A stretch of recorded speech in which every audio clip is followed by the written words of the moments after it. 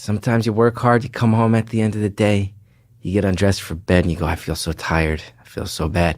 Sometimes you come home at the end of a day and you get undressed and I tell you, you feel rejuvenated and energized because you look in the mirror and remember, you're wearing Mack Weldon underwear, baby. And that is better underwear than whatever you're currently wearing. I wear it all the time. It makes me feel confident. Not only does it look and feel great, all Mack Weldon products are crafted with natural fibers that have built-in performance capabilities, so they work hard too.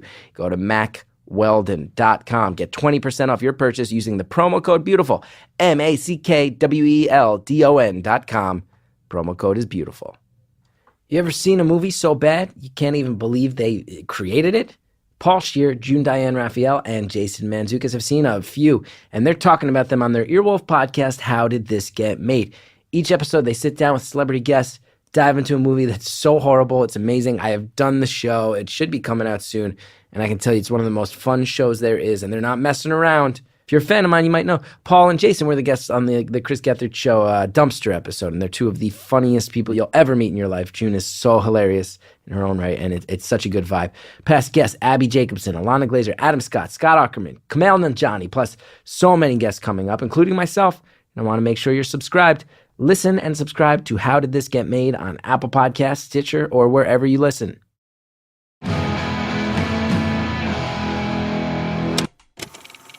Hello to all my disgruntled rabbits. It's Beautiful Anonymous. 1 hour, one phone call, no names, no holds barred.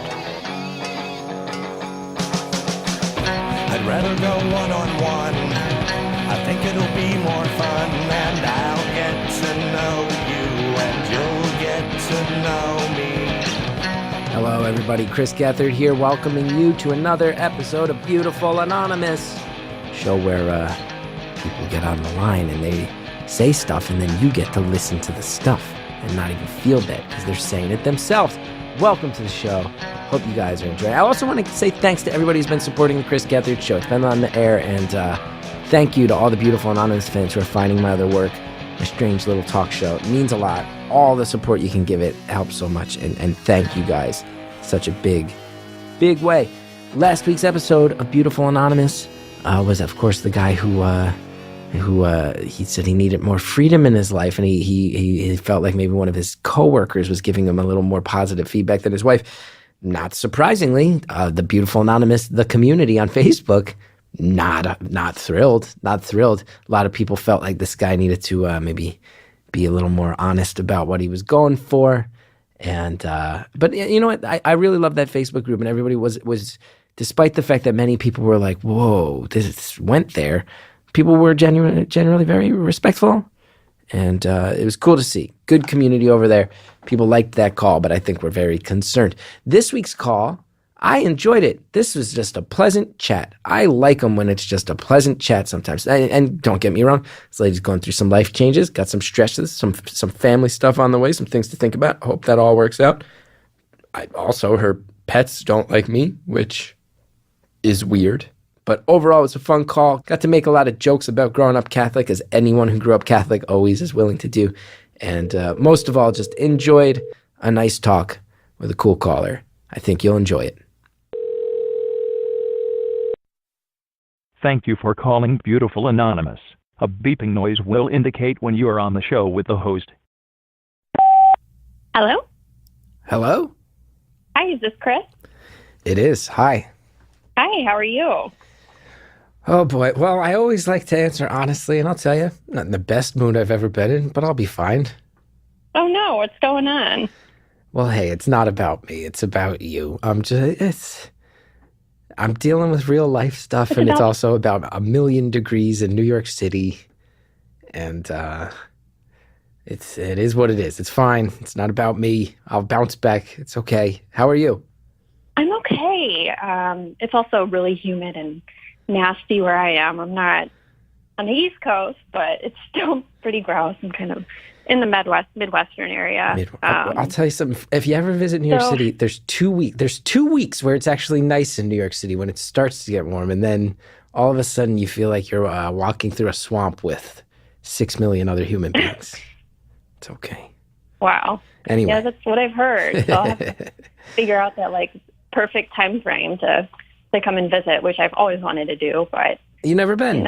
put it on the bucket list. Oh, yeah. No, I've never been. I went on my first major vacation within the last couple of months. I went to LA. It was fantastic. I got engaged there. Ooh, congrats. I loved it. And thank you. I've always heard from people, that it's dirty and gross, which, obviously it has its dirty and gross parts, but, most major cities kind of do. So it wasn't bad. I loved it. And it's just like the kind of feel that you get in the air when you're there. Like, oh my gosh, I'm in this really historical place and magic is made here. It's just so cool to be there. Wow, a ringing endorsement for Los Angeles. Well done. Well done, City of Los Angeles. Hire me for this. Yeah. So, wow, sorry. My whole body is shaking. I'm so anxious right now. I had no idea I was going to get through, so this is a total shock to me. Well, let's just take a deep breath, and we'll continue once your body stops shaking. There's no need. Yeah. I think I'm a pretty nice guy at the end of the day, so you're good to go. Yeah, no, I can tell. The worst that happens is this is a complete disaster for both of us, and then no one even knows your name. It's fine. Right. Okay. So we're both on the same page, which is good. So yeah, I've been listening to the show for a really long time, a little over a year now. I originally discovered you through This American Life, which I'm sure is true for most people. I work remotely, so it's really isolating. So I kind of fell in love with podcasts and passing the time that way and listening to people and having voices around me by using that method, because otherwise it's just super quiet, super boring in my house. So yeah, I'm a longtime admirer of the podcast, not the fangirl, but I also recently watched I recently watched Career Suicide and fell in love with that. You were amazing. Thank you. I love this call. Just wanted to get that out there. I love this call. It's just you telling me how great all my work is. I love it. Love it. Thank you. Yeah. Right. So is there anything else you want to talk about, or should we just go? Or no, I had to get that out there. If I didn't, I would probably be kicking myself. That's very nice. Thank you. Yeah. So I guess what's kind of going on in my life right now, like I said, recently engaged that was almost exactly 2 months ago. And my now fiance, he is extremely Catholic, and I'm Christian, but I wasn't really raised in one denomination or the other. When I was growing up, my parents kind of, they didn't shelter me from it intentionally, but it just wasn't really important to them to take me or my siblings to church. And so, fast forward to now, I'm surrounded by this super Catholic family, and all of a sudden they're like, oh, you've got the ring on your finger. You're going to get married in a Catholic church, and everybody's going to be there, right? And I'm sitting there saying, well, that's not really what I thought it was going to be like, but, I'm trying to be respectful of that and talk with them through that. So last night, actually, we met with a Catholic priest, which is the first time in my entire life that I've spoken with a Catholic priest. He was really, really nice, but also really uncomfortable, because they're asking the hard questions of, what do you dislike about Catholicism? And you're sitting across the table from this priest, and you're like, oh my gosh, how honest did you get? High pressure situation. How honest did you get on that answer? You're like, well, I just watched The Keepers on Netflix, so I'm a little riled up right now. I just watched that. No, I didn't get that honest. And I'm not like a total hater of Catholicism. Don't get me wrong. You're talking to a Catholic, right? Just so you know, you're talking to an Irish Catholic. You're talking to a filthy papist. You're talking to one of these filthy papists right here. So that's it's interesting, because when you say you're Christian, it's funny because I here's my view. I don't know, but it's my view from the inside of Catholicism. So it seems like Catholics are kind of, there's tons of lapsed Catholics, less intense. But it sounds like you were raised sort of like doesn't sound like you were raised with a very intense, you're not talking like born again Christianity or something that's very dedicated and very much day-to-day aspect of your life. You were casually Christian growing up. Right. Yeah, exactly. Never baptized, nothing like that. I actually didn't even know about God or Jesus until I was probably 7 or 8. My mom sat me down to explain the concept of Easter to me, because I didn't understand anything besides the Easter bunny, and so I, up until I was a a pretty old child, I guess I would say, like first grade. That was kind of when I really figured out what it really meant. And I went to church with a family friend, and when I was a kid, and I loved it. And I don't know if you're familiar, but I did like the whole Awana program, and I really enjoyed it. So I had some experience going to church, but my family very shortly after that period of time moved to a different state. And once we finally got settled in, as a kid, I'm saying, all right, we're here. I kind of want to go to church. And, my dad was really into the idea, wanting to make it happen for me. My mom, not so much. She was at this point in her life where she was working on Sundays every single week, like 12-hour shifts, very hard manual labor. And so her feelings were hurt that we wanted to go to church, and basically she couldn't go. And she was kind of in this mental state where we didn't really want to poke the bear, and we didn't really want to agitate her in any way. So I just want you to know, if I can, put my dad. If I may, let's just take a breath, because you just gave me like more information in 45 seconds than anyone in the history of this show. You just went hard. You just backed the truck up, dumped it all out on me. Yeah. Hardworking mom. I did. Well, it's so evident. It's like, it's just so apparent in my daily life now, because I'm going through the thick of this wedding planning where, I feel like I'm talking about it every day. So it's pretty much in front of my mind. I've been there. It dominates your life. Yeah. It's hard to get anything else done aside from, having these conversations and trying to make the money work. And oh, good luck. Oh boy. To my wedding. We held that thing together with scotch tape and bubble gum.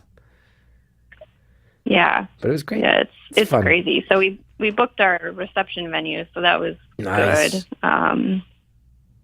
Now, when you say he's very Catholic, what does that mean? It's like, does everyone in his family have like a dozen kids, and is he constantly not a dozen, no. But it's when I say very Catholic, I mean he was raised Catholic. He was an altar boy, same with his brothers, and it was very much ingrained in their daily life. And I've met other Catholics where they're the Sunday Catholics or the Easter Sunday Catholics, or they go on Christmas, but they don't really go every single weekend. And whereas their family, they're very much no, we go every weekend, and it's part of it's who we are as human beings, and it's not just something that we do on the weekends. It's bringing the idea of religion into almost every conversation and making it a conversation around God. And so I guess that's what I mean when I say very Catholic. Because some of the other Catholics that I know. Yeah, I mean, like when I was growing up, I knew a lot of Catholics, and they weren't really as, I don't know, like involved in the whole lifestyle as his family is. Did you confession all the time? Yeah. Yeah. So I did confession once in my life. I did confession. You do confession. The first time you do confession, I think it's around like second, third grade. I did. I went to public school. Most of the kids in my neighborhood went to Catholic school, Our Lady of Lourdes, West Orange, New Jersey. Both my parents went there, met there. My grandmother was a teacher at the Catholic school. All of everybody went there. My parents met there, like I said. We met. So I can give you the inside track on Catholicism. I did confession once though. I did it. I didn't go. I went to the public school, so I did Sunday school all my life up through like 8th, 9th grade. Confession was the first one where I was like, yeah, I'm out. Like I don't want to go in a box with a man. Like I don't get what this is about, but I think I'll keep my secrets. Mm-hmm. Thank you very much. As a third grader, I felt like that. But I went through the whole confirmation process and everything. So whenever you want, I got the inside track. That's good to know. I'll have to send you an email in a couple weeks when we're really hashing it out and trying to figure out where we're actually going to have our wedding ceremony. I'll consult Chris Gethard on that. Please do. Now, do you go to church with them very often? You may have said this. No, I don't. I've gone occasionally, and they try not to give away my location here, but in the general area, there's a very well-known church where they're members of, and so I've gone with them to that. church just because I was in the area as well with them, and it's important to them. So I'm very respectful of that. And so, yeah, I'd say I probably have been with them 5 times, give or take. And then when they all get up so to take the bread, do you just stay there and they're all like, yeah, and they give you the side eye? I stay there, and it's awkward. Yeah. Are they hoping you convert? Are they hoping you become a Catholic?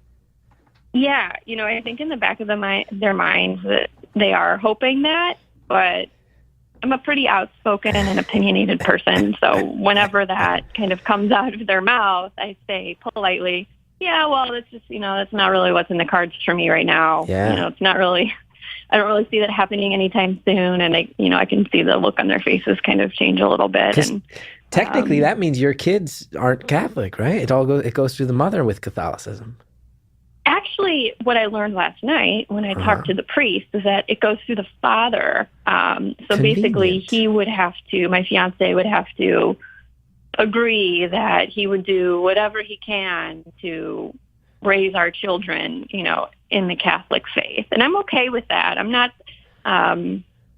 not vehemently opposed to Catholicism. I don't have some sort of huge vendetta against it.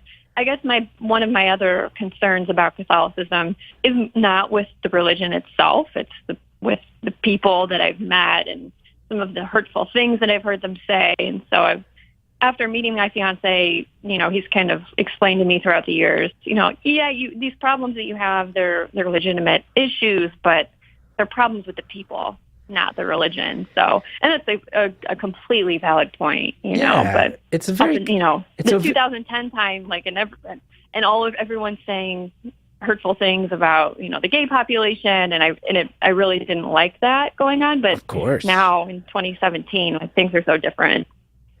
It's weird. I feel like it's such a layered religion. It's complicated to be born into it. I'm certainly not a very devout Catholic. It's odd you're calling now, because I recently started going to church every now and then again. I don't know why, just out of nowhere. I've been going, not devout, but it's very interesting you're calling. And it's weird because it's like, I feel like it brings communities together so well. I feel like the large majority of the people you meet in a Catholic church are people looking to help other people, looking to be a part of community. That's really nice. I like that, like, when you go to church, you'll see some people show up and they dress up in their Sunday best. Then you'll see some people who show up as they are, and you realize, like, oh, it does accommodate. It's a religion that I think a lot of a lot of people who don't have much go, and it's a thing that brings them into a community, brings people together. It's like I really like the Virgin Mary aspect of it, that she's so front and center. I feel like I almost kind of enjoy. I think there's a part of me going to church that's kind of like, it's a weirdly like feminist thing in that sense, but then also it's like you'll go and there'll be priests that actively say, like, let's shut down Planned Parenthood. So that's not very feminist at all. It's a very weird thing. And then, like you said, these opinions on the gay community that are just so outdated. And so the idea that women can't be active participants, being priests and whatnot, very strange. I don't know. It's layered, but the community side of it is really beautiful. And I don't know. And then, of course, there's all those issues about what's it really going to take to get some of these priests to... Nah, you know what I mean? I just read a thing about a German choir that I think was a Catholic choir, where everybody, these kids, it's like, what is this? For 1,000 years, kids are getting abused. So it's a very layered thing. It's conflicted feelings about it. No, I totally agree. And I did have a situation when I was younger. I went to a Catholic church for, I think it was like a baptism or something like that. It's been so long I kind of forgot, but it was the Obama era, and we had finished the baptism, and we were kind of just talking about like community news and whatever, and the priest says to everybody, "Okay, everybody, thank you so much for coming. be sure to vote no to the Affordable Health Care Act. Oh, God. And it was the most bizarre thing I've ever heard. Much. And I think that was really the moment where I was like, oh, my gosh, what's going on here? Do I really want to be a part of that? But I also know that not every church is like that. And I also feel like, I don't know, that it's weird. Like the abortion stuff has always been an issue and the feelings towards the gay community. But I feel like stuff like that, like the active, when I was a kid, you didn't hear like active political diatribes in a Catholic church. You didn't hear, and generally a very democratic background. Like this is in the church I grew up in. I mean, and again, this is 2 blocks from my house. My parents met there. There was a stained glass window of John F. Kennedy. He's Catholic president. You know what I mean? That was like a huge thing for the Catholic community. Stained glass window of him. These were Democrats. I was shocked when I started going back a couple months ago, and I heard there's like for anybody who's never been to a Catholic ceremony, there's the part. It's one of the highlights. To me, it's fun. It's like the Lord hear our prayer part. That's one of the highlights. And that's when the priest will just say a series of things, or someone on behalf of the priest say a series of things, and after each one of them you go, Lord, hear our prayer. And generally it'll be like, this member of the community is sick. We feel like God's going to make sure they get through this healthy. We're reaching out on behalf of both the person and their family. Lord, hear our prayer. And then it'll be like, and we want to make sure that in these trying times, blah, blah, blah, da, da, da, da, Lord, hear our prayer. And then it'll be like, and let's remember that marriage is between a man and a woman. We have to protect the sanctity of families. And then that one, I just tap out. I'm like, I'm not saying Lord, hear our prayer. That Lord, hear our prayer is a pretty cool thing. I'm not saying Lord, hear our prayer. But then here's a weird thing too. So much of the Catholic population is Hispanic, at least in the New York area, that they did a back-to-back. I went to a service. They did back-to-back. Marriage is between a man and a woman. Let's protect the sanctity of it. And then the next one. In a world where there's so many people attacking the immigrant communities, we want to protect our foreign brothers and sisters and their place here in our community. Lord, hear our prayers. It's like, you don't get to back-to-back that. You don't get to say one ultra-conservative thing, one ultra-liberal thing. Now you're just playing to the crowd. You're getting that cheap heat because everybody out here is not conservative on that one. You have it both ways. Have it both ways. Yeah, that whole thing is just so bizarre to me. And it is. Trying not to give a lot away here, but the particular church that they're a part of, it's Roman Catholicism. It's one of the original forms of Catholicism. So they try to eliminate kind of that dialogue that you and I just mentioned that we don't like, and so they try and stay away from that because they say that has nothing to do with actual Catholicism. My opinion is irrelevant. Right. That whole thing. So I really respect that. So I'm kind of coming to accept that. Okay, maybe this isn't as bad as I thought it was. And as long as I know who I am and what I like and what I don't like and my values, I think I'm definitely fine with it. It's not really a source of frustration between my fiance and I. We hardly ever talk about it. Take a deep breath. That's a good thing. I will say, just before we move on, I do want to say though, I said Lord, hear our prayers, one of the highlights. I feel like everybody knows the real highlight is peace be with you. I'm into the peace be with you part. That's where you turn, right? That's the good part. Where everybody in the pews, you turn to the people all around you, you shake their head, you go, peace be with you. And then the people on your left and right, you probably came with them, so you're like, yeah, peace be with you. But then the person in front of you turns around, and it's some person you never met before. And to have someone look you in the eye and just go, hey, peace be with you, goes further than you think. That's a good thing. You're shaking somebody's hand. I agree. You don't know them, but we're all in it together. Take your face out of your phone, look somebody else in the eye, say something nice to them. It's not that hard. Yeah. Go ahead and pause there. Anybody with a Catholic background, I think, is agreeing with me on this whole peace be with you thing. I don't know if other ceremonies include that. I've never thought about this in my life. That's my own ignorance. Anyway, I'm going to go ponder that, and maybe you guys will as well. And maybe you'll also ponder these products and services that our fine sponsors have to offer. We'll be back right after this with more phone call. Studying for standardized tests can be really stressful. The ACT, the SAT, they have a huge impact on where you go to college, the scholarships you get. The GRE, GMAT, LSAT, and MCAT count a lot for grad school. No matter where you are in your studies, it's important to get a great score. Fortunately, Magoosh Online Test Prep helps you get to test day feeling confident and prepared without breaking the bank. Just go to magoosh.com magoosh.com to access hundreds of practice questions, study schedules, and video lessons that let you study anywhere, on any device. Even get access to their expert tutor team if you need extra help. Plus, if you're retaking a test, Magoosh offers a score improvement guarantee. If you don't improve, you get your money back because Magoosh wants you to succeed. Here's what some of their students say. Magoosh provides great explanations and examples that really stuck in my head even though I only crammed for 3 weeks. Highly recommend it. Magoosh was the only study material I used and clearly the only study material I needed. The organization was superb and the practice questions were spot on. Visit magoosh.com and enter promo code BEAUTIFUL for a 20% off discount. That's Magoosh, MAGOOSH.com, promo code BEAUTIFUL. We all need to take a little bit better care of ourselves, and mental health is no exception. That's why today's sponsor, Talkspace, the online therapy company, makes it easy to connect with an experienced, licensed therapist that you pick based on your preferences for a fraction of the price of traditional therapy. You can send your therapist text, audio, video messages. You can even do a live video chat. Talkspace therapists are fully licensed and go through a rigorous screening process in addition to thousands of hours of supervised professional training. To match with your perfect therapist, go to Talkspace.com/beautiful. And as a special offer for our listeners, you can use coupon code BEAUTIFUL to get $30 off your first month. Show your support for this podcast. That's coupon code BEAUTIFUL at Talkspace.com/beautiful. Talkspace, therapy for how we live today. Thank you so much to everybody who helps us bring this show to you for free. Please do check them out. Use those promo codes. Helps the show. And now, let's get back to the phone call.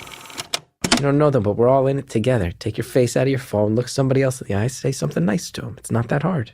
Yeah. Yeah, and so often we just kind of ignore the people that are around us. And we don't really realize, like, what everybody's going through in their lives and kind of think that whatever we've got going on, that's what's the most important. So then when you turn to your left or right and you say peace be with you to somebody and they're walking a totally different lifestyle, you know, it's just, that's something that I think most people could probably agree with. For sure. I feel like... common ground. And I feel like, here's the thing, because Mass is also it's pretty boring. All Catholics who grow up know this. This is why in my neighborhood you always tried to go to the Mass that Father Quinlan was the priest on, because he would get through it in like 15 minutes, 20 minutes tops. Father Marchand, Father Hansen, they really milked it, took their time. Father Quinlan... I'm sure all these people are dead by now because these are people who were around 30 years ago. Father Quinlan, 15-minute Mass. But I feel like it's funny because it's like there are these little highlights like that. The Peace Be With You. It's like a Catholic Mass is like a Tom Petty concert. Peace Be With You is Free Fallin'. Lord, Hear Our Prayer, that's American Girl. And then the rest of it, you're just waiting for the hits, you know? I love that. Now tell me about this wedding. When's it going down? So it's going down next year, September 1st. And you're already stressing. Labor Day weekend. You're stressing a year out. What's that? You're already stressing hard about it a year out. More than a year out. Yeah. Well, a lot of it's money and coming up with that. And also, within the last 6 months-ish, both of my parents have had some pretty serious health concerns. So in October of last year, my mom was having some heartburn, and everybody was saying, "Hey, Mom, why don't you go to the doctor and check this out? You're in your late 50s. Sometimes heartburn can be something else." And she said, "No. I'll just, I'll cut out the coffee. I'll eat better." And of course, she did all of those things, and it didn't go away. So finally, probably after about a month or maybe even 2 months after having those problems, she went and they said, "Oh my gosh, your blood pressure is the highest I've ever seen on somebody who isn't about to die. We need to get you to the hospital now." Wow. So they took her. It's actually across the street. So that was good. Got her hooked up and did some scans, did some exploratory tests and procedures on her, and said, "Oh my gosh, you've got 2 major arteries in your heart blocked." So within the next couple of days, it's actually on Halloween Day, she went to go have open heart surgery. And so that was really hard on my family and my dad as well, because he's a fantastic guy. He stood by her side and helped her throughout the whole thing, and her recovery was not so great. But fast forward to now, to actually 2 days after I got engaged, I get a phone call from my mom, who is now healthier. And she says, "Hey, where are you? I know you just got home from your vacation to LA." And I say, I'm home now. We were just about to head out to the grocery store. What's going on? She says, "Well, your dad was at jury duty and he collapsed." And so 911 was called, and and that's all I know. That I just know that he's at the hospital and I need you to come there. So of course I stopped what I was doing. My fiance and I, drove all the way out there. It was about an hour. And got there, and we walked in the room, and, we were preparing for the worst. At this point, we'd been engaged for a day, 2 days, and, I'm saying to my fiance, if he's in really bad shape, I need you to, are we going to get married there? I want him to be there, and having those really hard conversations. And we walk in the door, and he's like, "Hey, what's going on?" Big smile on his face. He looked like my normal dad, and like, "You tell me what's going on. I heard you collapsed at jury duty," and like, yeah. So this is what happened. I was sitting in my chair waiting for them to call me up, and so I took out my phone and I was checking my email, and the next thing I know, I've got 2 police officers on top of me and a paramedic, and they're trying to calm me down, and I don't know what happened. So I'm freaking out, and I'm kind of being a little bit combative because I have no memory of what had just happened. And, he's telling us the story. And as he's telling us the story, the doctor walked in the room and said, "Have a little bit more information." He spoke with the paramedics that were there. There happened to be 2 off-duty nurses in the same room with you. They also had jury duty the same day. And one of them had walked by you and saw that you just gently closed your eyes, leaned your head up against the wall that was behind you. And, initially thought maybe he's asleep, waited, 30 seconds, maybe a minute, and some sort of, gut intuition told him, "No, I don't think that guy is asleep." And so he ran over, checked my dad's pulse. It wasn't there.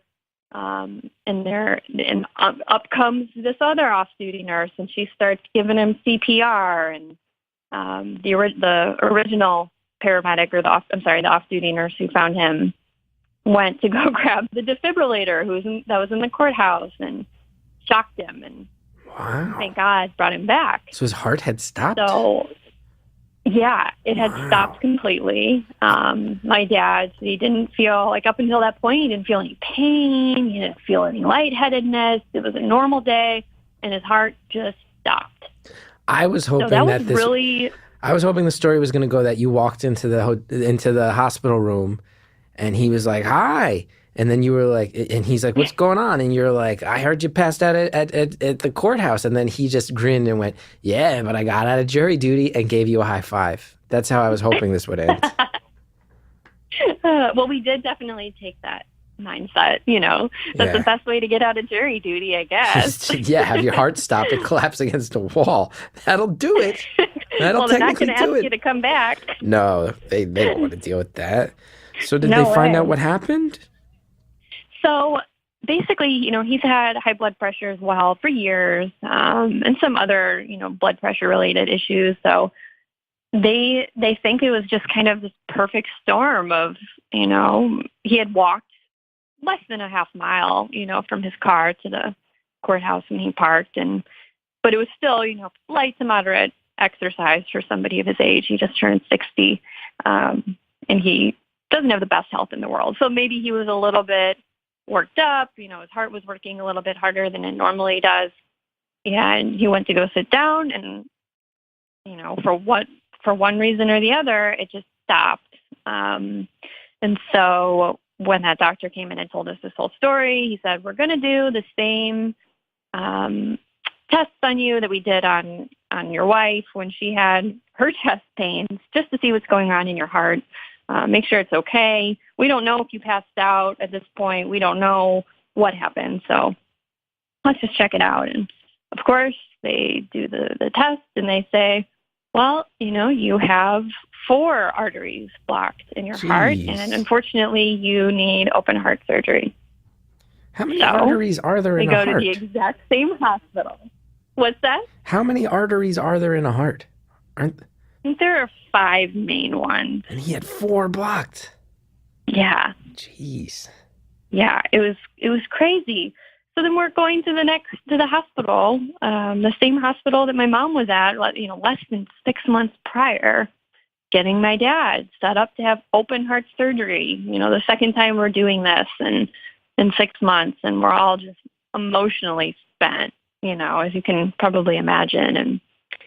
And so I'm sitting in that room waiting and thinking, oh my gosh, thank God for those 2 people that happen to have jury duty on the same day. What are the odds, from a Christian standpoint, that wasn't an accident, that wasn't a coincidence, kind of act of God type of situation. And so I reached out on Facebook to a little garage sale group in my area and said, hey, if anyone was in the courthouse this day, this time, and saw this happen and knows who it was that helped them, I would really like to say thank you.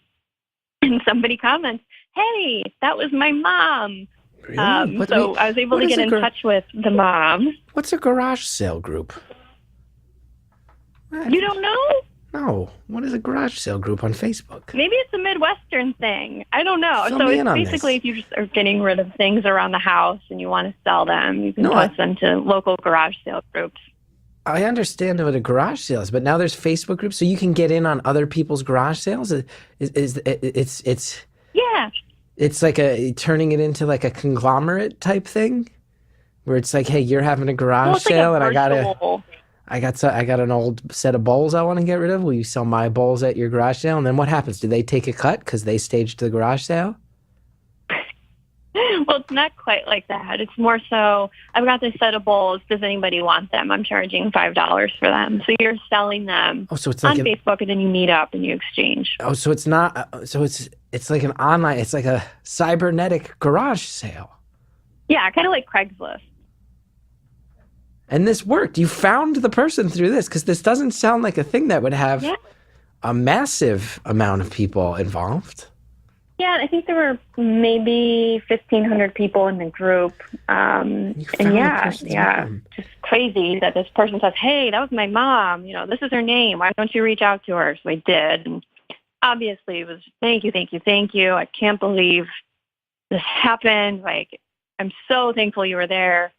And she said, it's funny because literally that morning, I was texting my best friend and I was saying, I've been in nursing for X amount of years and I'm just really not feeling fulfilled anymore. Maybe I should go back to school.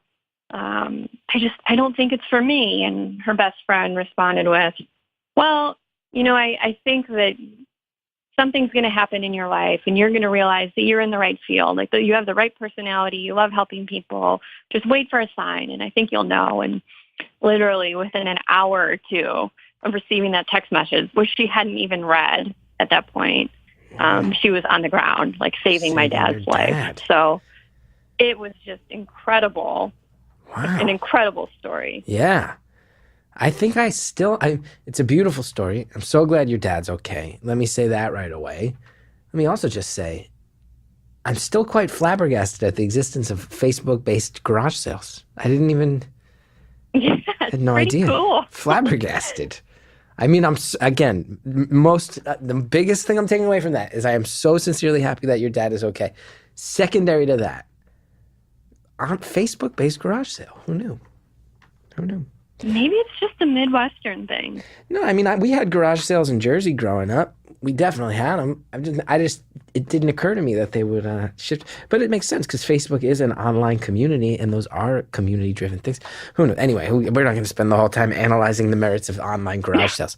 I guess, so your parents are sick. You're planning a wedding. I'm sure there's concerns there. I'm sure you must be having those thoughts of What's the weirdest thing you ever saw on sale at the online garage sale? The weirdest thing? Yeah. Oh my gosh. Because real garage sales get weird. The most recent thing that I saw was a woman had taken a picture of her 5 or 6 year old daughter holding in her clenched fist the pet hamster. It said, for sale, pet hamster. My daughter loves this thing too much, and unfortunately, we need to get rid of it. No. And the daughter's, clenching, and the hamster has this terrified look on his face. No, I hate that story. So someone actively was like, "Hey, break my daughter's heart. Here's a picture of my daughter loving a thing. Take the thing. Teach my daughter a lesson about real life." I think it wasn't a very loving photo. I think the girl was a little bit too rough with the hamster, and they were like, "All right, we can't do this anymore." Oh, so it was going to be like a mice and men situation. Girl was going to love the hamster to death. Wow. Okay. Now look, I get sick parents and planning a wedding. Because it's like you want to be a good family person. You want to help your parents, first of all, dedicate a lot of time to that. You don't necessarily have the time right now.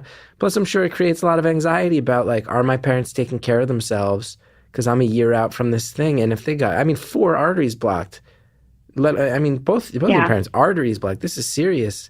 There must be a party that's like, guys, take care of yourselves. I got this major life thing coming up. I want you to be there. I want you to be healthy. And I got to worry about that. I got to prioritize that. I don't want to be bitter and resent you guys if you don't take care of yourselves. And I wind up sleeping 2 hours a night because I got to do all these things at once. There must be all those thoughts. But you sound nicer than I am. Maybe the less bitter parts of that.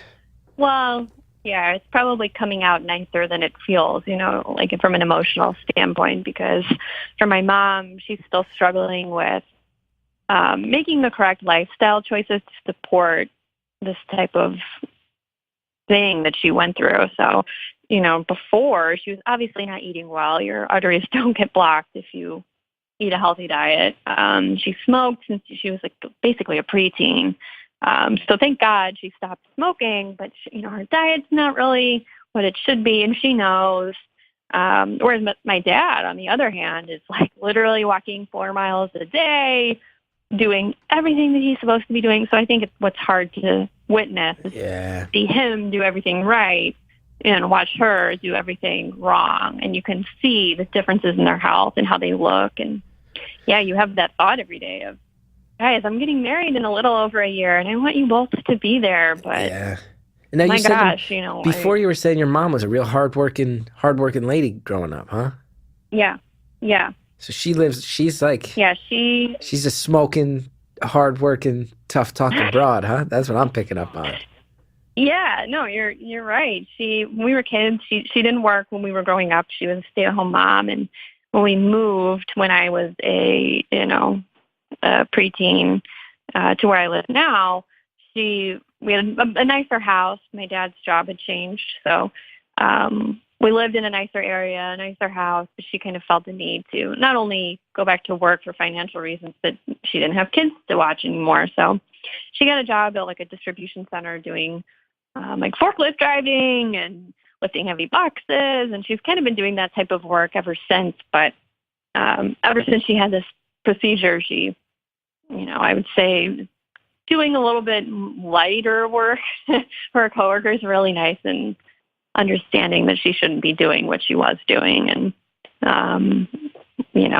but yeah, she's not a big fan of it. I think it takes a toll on her mental health too. She had some pretty severe anxiety when I was growing up, and passed it on to me and my sisters too. So now we're kind of struggling in our own forms with dealing with this, because we saw how she dealt with it when we were growing up, which wasn't a healthy way to deal with it. And actually recently started going to therapy, so that's helped a lot. And I think I actually reached out to you when you did a Ask Me Anything on Reddit. And I was like, I'm thinking about going to therapy. What's the biggest piece of advice that you have? And you said, if you find somebody that you don't like, don't just stop going. And that's kind of what I'm going through right now. Is I found somebody, she's not terrible, but she's really not helping me all that much. So I'm kind of just thinking, all right, do I need to find somebody else to help me cope with not only these life scenarios that I'm going through, but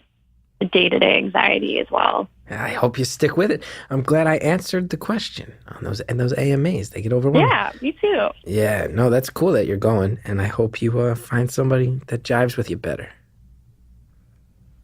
Yeah, me too. Does this Catholic guy expect you to have like 9 kids? Let's go ahead and pause right there. The enormity of that question. We'll find out the answer to that gripping question and more when we come back. But in the meantime, we got ads from our sponsors. They help us bring the show to you for free. So use those promo codes. It really helps Beautiful Anonymous when you do, and we'll be right back. Stitcher Premium is entering the musical podcast space with a new 3-part series, Stolen Idea, written by Matt Besser and Bobby Matthews. Stolen Idea is a comedy punk rock musical that covers the theft of intellectual property in both the music and comedy worlds. The story follows a stand-up comedian and a rock musician who are both approaching 40 and are fearful their time to make it is running out. One has his idea stolen, the other steals an idea. Produced and mixed by Earwolf's lead sound engineer, Brett Morris, the 17-song soundtrack features performances by Scott Aukerman, Paul Rush, James Adomian, John Gemmerling, Virginia Matthews, Harris Whittles, Mike Cassidy, Mike Still, and Danielle Schneider. Listen to Stolen Idea on Stitcher Premium. Get 1 month of Stitcher Premium free when you go to stitcherpremium.com/stolen and enter the promo code STORIES. That's stitcherpremium.com/stolen, offer code STORIES. Thanks again to all of our sponsors. Now let's finish off this phone call. Does this Catholic guy expect you to have like 9 kids? No. He's pretty reasonable. So yeah, now we definitely want kids, but until his Catholic parents get older and are like, "Why aren't you giving us more grandkids?" People around the block from me. One of my best friends growing up. One of my best friends. He had, I think, 13 brothers and sisters. That's a Catholic family. Oh my gosh! Irish last name, 14 kids in that. I don't even know how they all fit in the house. Where did everybody even sleep? This was not a huge house. I don't know if my body could do that. This was just a suburban house on a regular block. Lower middle class block. I don't even know where all these people slept. Wow. I have a close family friend who, she is Muslim, and her now husband, his family has, I think he has 13 siblings, and they live in the city, and they all live in a very small apartment, and they make it work. And I just look at people like that, and I'm totally amazed. Yeah. I was stressed out with my 2 sisters when I was growing up, and we had plenty of space. We fought every day, you know. I had one brother, and we used to just punch each other in the face all the time. Exactly. Can't imagine having to battle off 12 more of them. Yeah, that would be way too much for me to handle. Now, the guest list at your wedding, how many first cousins does your husband have as a Catholic? Oh, so many. So many cousins, right? And they're first cousins, so you can't cut them out. Yeah, it's never ending. I don't know the exact number. We have it all written down, but it's up there for sure. I have a big family too, but not quite as big as he does. I was going to say, is this a situation where his guest list is like 200 people and you've got like a solid 30, and it's like, hey, do all the cousins have to come? And then it's like, yeah, they have to, or else it's going to be endless drama for years with my various opinionated aunts. I mean, yeah, you pretty much hit the nail on the head. It's not quite the difference of 230, but he definitely has more people to invite than I do. And yeah, like you said, you can't cut anybody out because they're all so close. And yeah, are you building one person out? Are you building your guest list yet? Are you like already getting together your invite list? Yeah, that's a weird thing, isn't it? Isn't that a weird thing?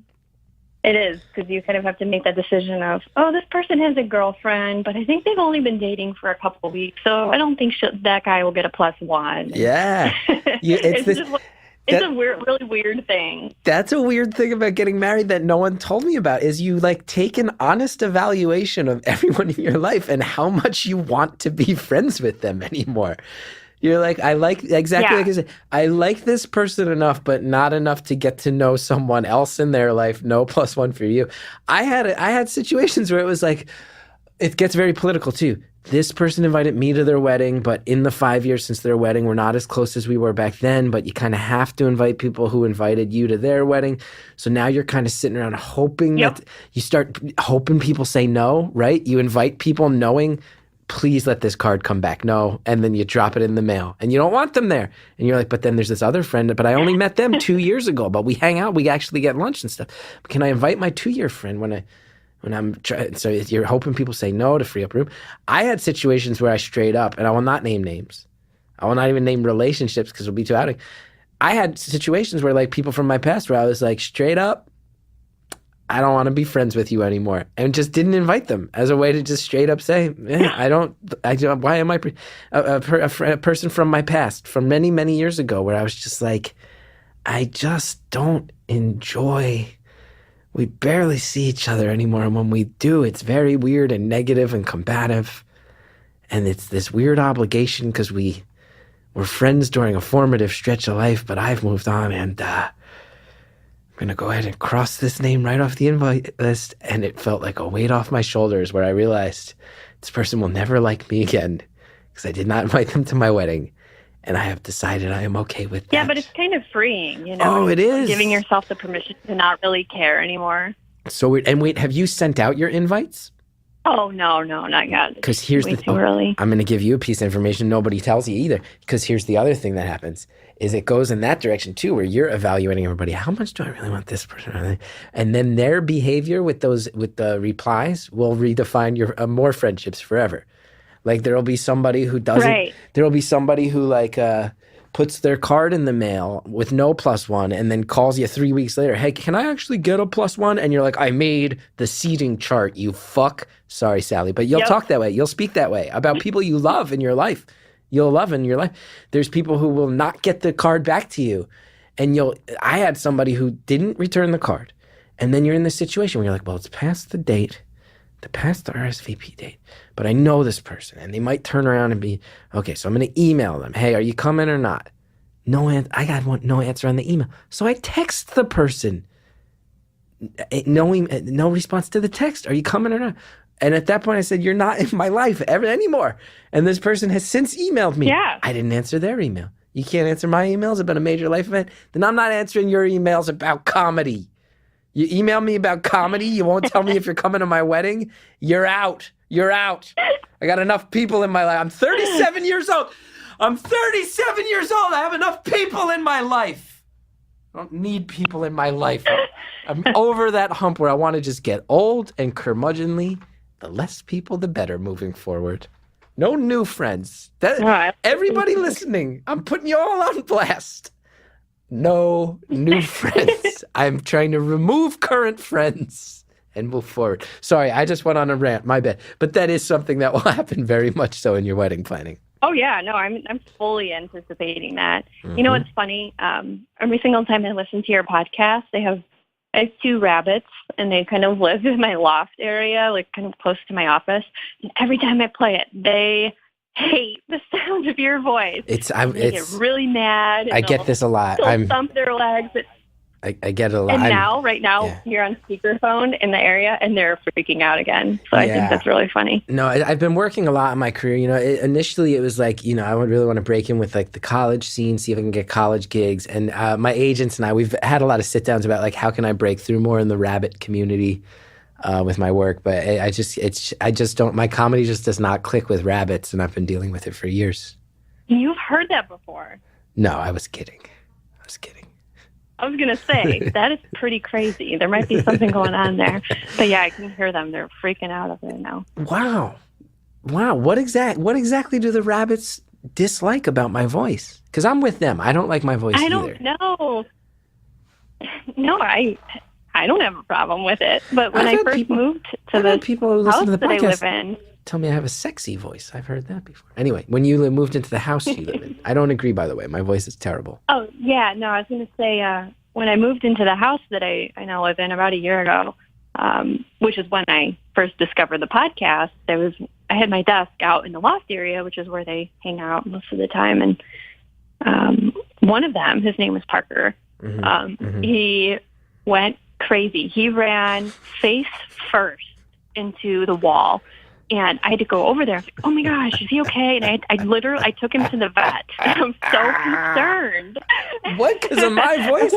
Yes. And I was telling the lady at the vet, like, you know, he's never done anything like this before, but I was listening to his podcast, and I don't know if it was the sound of the person's voice or if there's something wrong with him. And the lady was like, it might have just been what you were listening to. Wow. And the other rabbit doesn't like me either.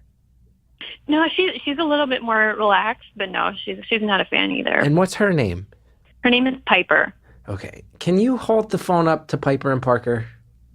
Just tell me when you're okay. Hang on. Yeah. Tell me when you're. Let me get closer to them. Just a second. All right. All right. Here's Parker. Parker, I don't know what your problem with me is, but I want you to know I want to bury the hatchet. I want to settle the beef. Whatever it is about me and my voice you don't like, I get it. But look, we got to coexist in this world. I'm not judging you for being a rabbit, doing what you do, eating carrots, hanging out, laying down on paper shavings. You do your thing. I'll do my thing. I know there's probably not a world in which we're ever going to become friends, but I think at the very least the contentiousness can stop. This whole situation is a little dramatic, running face first into walls. I'm not trying to bother you. I'm just trying to entertain your human in your life. Just trying to give a little, some empathetic conversations to help this person in your life pass the day. She works from home. So Parker, whatever it is, again, on my end, I'm ready to just walk away and let this blood feud, let's be honest, I'm ready to let this blood feud be over. It's up to you from this point on, Parker the rabbit. You know, I'm telling you the truth. When I put the phone up to him and he started talking to him, he laid down. Yeah. He's relaxed now. We had a lot of things we needed to settle, but I think we finally said what we have to say. Yeah, I think it worked. Yeah, I think we finally said what we have to say. He's pretty relaxed now. He's chilling. He's sprawled out and having a good day now. Great. And how's Piper doing? She's doing the same. She's laying down. Good. Seems like Piper kind of follows Parker's lead. And you were on lead. speaker, so maybe Parker just got mad again. Parker? Parker! We just talked. These wildly swinging emotions have to stop, okay? I get it. You're a rabbit. You come from a frenetic breed of animal, a notoriously fidgety breed of animal, but these mood swings, and I've been there. Everybody knows I've been there. Watch Career Suicide on HBO. Everybody knows that I'm someone who's dealt with raging, swinging emotions. I'm here for you at the end of the day. I have a feeling, Parker, that the reason you don't like me is deep in your heart, you know that we have more similarities than we do differences, and you're not ready to look yourself in the mirror yet. But someday you'll get there and you'll stop blaming me. Parker, the rabbit. Oh, I wish I could send you a picture of how he's reacting. It looks like he's really taking it to heart. Good. I want less anger in this world, be it human, rabbit, or any other species of life. I know, right? That call got weird. We need to take what we can get. Yeah, this got weird. Weird is good. I think so, too. So what else? We have about 9 minutes left. Okay, 9 minutes. This one flew by. So what do you have going on today? What do I have going on today? Well, the Chris Gethard Show is coming back at the time of this recording, less than 2 weeks until our first episode on Truth TV.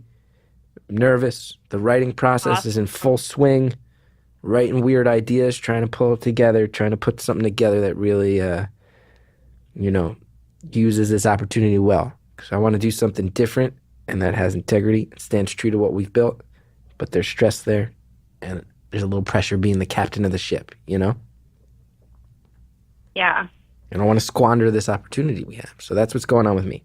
Yeah, I can already tell it's going to be great. I saw the little promo on Facebook, and nice. Seems like everyone's really into it. I hope all the beautiful Anonymous fans set their DVRs for the season pass, and even if they don't watch it, even if they don't like it, I hope you at least just let it play. If you're a beautiful Anonymous fan, set your DVR season pass for the Chris Gethard Show.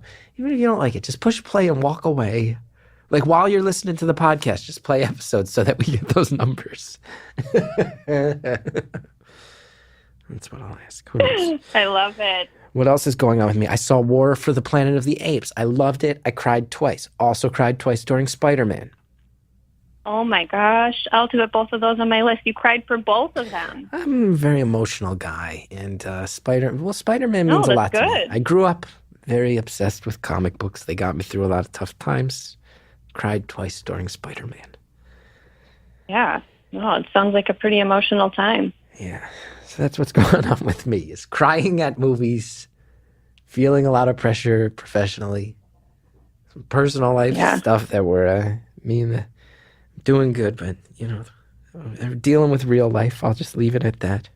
Dealing with real life. Yeah. But I'm okay. Yeah. Yeah. Well, sometimes that's all we can do is just deal with real life, and in moments of downtime, go and cry while watching Spider-Man. Yeah, sometimes what you do is here's a thing that I've learned about life, is that sometimes what you do is you stay immensely strong in the face of real life, and then you go and see a movie about apes evolving and learning to speak, and you just cry your eyes out, because that way you can say you cried at the movie and not that you broke down at the stress of actual pressure in life. Right. Yeah. War for the Planet. Oh, I like Apes. that. 2 thumbs up. I mean, this is a movie about monkeys fighting man with guns and horses, and I cried. Clearly, I think there was maybe some displaced emotion that night in the movie theater. Right. No, it's funny you say that. The only thing, my fiance does not cry. He's not a crier. But the only thing that really makes him cry is Boy Meets World. What? Yep. What are you talking about? What? That's the most Catholic shit I ever heard. There's repressed emotions, just repressed emotions to the core. And then Topanga says something mildly profound, and there's a river of tears. These people I come from, these Catholic roots I have, these Catholic people, all we do is stuff down emotions, tough it out, be tougher, deal with it, this and that. And then the next thing you know, Corey Savage has you crying your eyes out. Yep. Exactly. I think it's mostly the parent dynamic that really gets him, is when Sean is going through a hard time and Corey's dad steps up and parents him because he doesn't have any parents. That's what gets him. Look, Boy Meets World, that show, I guess they relaunched it. Is it the relaunch, right? Or does he watch the relaunch, or is this reruns? Is he crying at reruns? Oh, no, it's reruns. We do not watch the new one, which I think actually got canceled. Did it? What was it called? Girl Meets World? It was about them growing up? Yeah, I think so. So he'll watch your fiance, you're telling me, a strong person, emotion, not an emotional person, a logical man. Right. Until syndicated reruns of Boy Meets World comes on, at which point anything goes. The floodgates are loose. You're rubbing his back. You're saying it's okay. Totally. Mr. Feeney. I know Mr. Feeney. Mr. Feeney too. I know Mr. Feeney is a man of morals and kindness and virtue, and is an inspiration to us all. But please, can we get past the waterworks? Mr. Feeney. What really got him a couple nights ago is we rewatched How I Met Your Mother, and we watched the very last episode. And I thought to myself, you know what? I bet he's crying right now. And I looked over, and sure enough, there he is, sobbing on the side of the couch, trying to hide it from me. Oh, I love that. You're dating a Catholic boy. That is for sure. You want to hear something? So here, listen to this one. You'll like this one. So I cried twice during Spider-Man Homecoming. Now, during Captain America Civil War, where they debuted the new Spider-Man, he shows up, comes out of nowhere, and he's like a wisecracking teen, and it's just for the first time on a Spider-Man. And I really liked the prior Spider-Man movies. Tobey Maguire was a little emo. It wasn't totally the Spider-Man I grew up with. So he's a wisecracking teen, and I realized, oh my God, they finally got Spider-Man right in a movie, and I started crying. And my wife in the theater elbowed me and was like, are you crying? I was like, yeah, they got Spider-Man right, and I'm crying. And then after the movie, I say to her, I go, hey, it's a couple months later, actually. I go, hey, I just want to thank you. You didn't make fun of me for crying about Spider-Man. That's really nice. And she looks me dead in the eye and she goes, Chris, that's the 3rd time you've cried about Spider-Man since we've been together. I was like, oh my God, is that true? And she goes, yeah. She's like, honestly, at least this one was a movie. The other 2 times you were explaining, you were like describing issues of Spider-Man comic books to me, and you broke down crying explaining the comic book plots. I much prefer that you cried at an actual movie this time. A more socially acceptable setting. Yeah, but I'm telling Sounds like you have a really great wife, though. Oh, my wife is the best. My wife is the best, just the coolest. She's got my back hard. She's now had 2 different dreams where people have crossed me, and she's murdered them in the dream, and it feels so good. It's real love. It's true love. I heard her music but when I was on hold, and it was pretty awesome. Yeah, Hiccup. Good band. Good band. Cool lady. Yeah. Got Talented gal. 2 minutes left. 2 minutes left. Oh my gosh. Thank you for this. This call has been a very good blend of like heartfelt, some serious stuff in there, but also a lot of fun. And I thank you for that. And in case I forget, with 2 minutes left, really sending so much love to your parents and hope that they are doing really well. Thank you. That's really nice of you to say. And I appreciate that. And it's also nice to talk to like a neutral person about it, you know, talking about the situation with your family or your friends, like when they've been there throughout the whole thing, like, oh my gosh, stop talking about it. You know, we're sorry and we love you, but oh my gosh, find something else to talk about. So it's nice to have a neutral person to talk to about the scenario and kind of bounce it off of someone else. It's stressful stuff, for real. Stressful stuff. Yeah, definitely. Your husband's going to listen to this someday, and he's going to be so mad you told me he cries at Boy Meets World. Actually, I think he'll love it. Really? Oh, that's good. He's got a good sense of humor then, huh?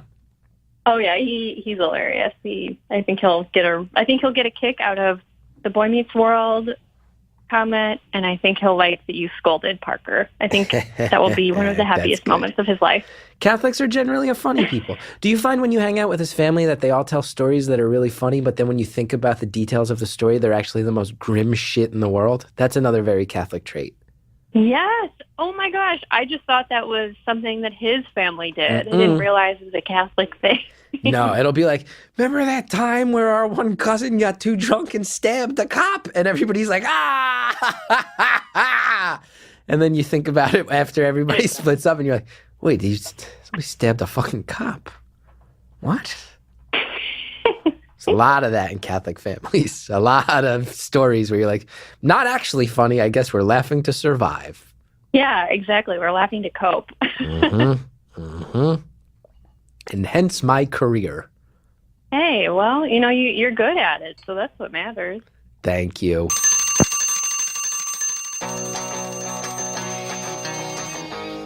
Thank you so much, caller, for calling. Once again, as I said, good luck to you with your parents. I hope everybody stays healthy and happy. Great luck on your wedding. Didn't have time to squeeze that one in. I hope you have a great, great wedding. And again, apologies to your fiance for outing you on the Boy Meets World crying issue. But most of all, thank you for calling. That was really fun. Thank you to Jared O'Connell and Harry Nelson, who were in the booth helping me get through all these things. Thanks to the Reverend John DeLore and Greta Cohn, who built this show in its early days. Thank you, Shellshag, for the music. You guys are the best. Want to know more about me? ChrisGeth.com. Touring dates are out there. We got a handful of live, beautiful Anonymous out there, so check out ChrisGeth.com. Hey, if you like the show, Apple Podcasts, rate, review, subscribe. It really does help, very genuinely. Thank you guys so much for listening, and we'll see you next time.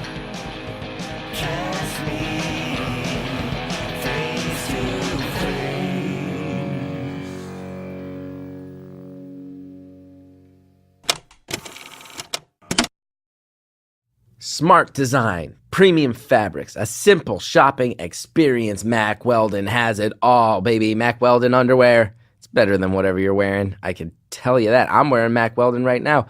I look and feel and seem more confident because it's true. They look great, feel great. All Mack Weldon products are crafted with natural fibers, built-in performance capabilities. Silver underwear and shirts line makes it so they don't smell. Check that out. And it's all shipped right to your door. If you don't like the first pair, keep it. They'll still refund you, no questions asked, but you're going to like it. You can trust me on that. Go to MackWeldon.com. Get 20% off your purchase using the promo code BEAUTIFUL. Next time on Beautiful Anonymous, it's not a ball gag. It's a different type of gag. It's true love. You're not even looking for it. Next thing you know, you're chomping down on a pink silicone version of a device used to control a horse. Mine's black. Oh my God. The one on the website's pink. The website's pink. Yeah, I think she has both now. I don't know. You got to do your research.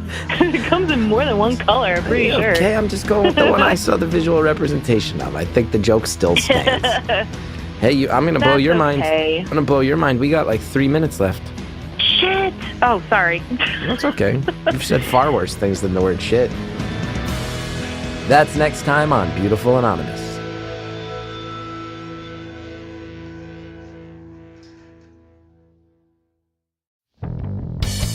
Hello, I'm Alexander Graham Bell. I stole the idea for the telephone. Hey, people steal ideas all the time, everywhere, even in the worlds of music and comedy. Stolen Idea is a punk rock musical set in these two worlds where theft can make or break a career. Written by Matt Besser and Bobby Matthews. Produced by Brett Morris. Starring Matt Besser, Bobby Matthews, Virginia Matthews, John Gimberling, Mike Cassidy, Paul Rust, Scott Ackerman, Harris Whittles, Mike Still, Danielle Snyder, and James Adomian. Stolen Idea is only available on Stitcher Premium. Go to StitcherPremium.com/stolen.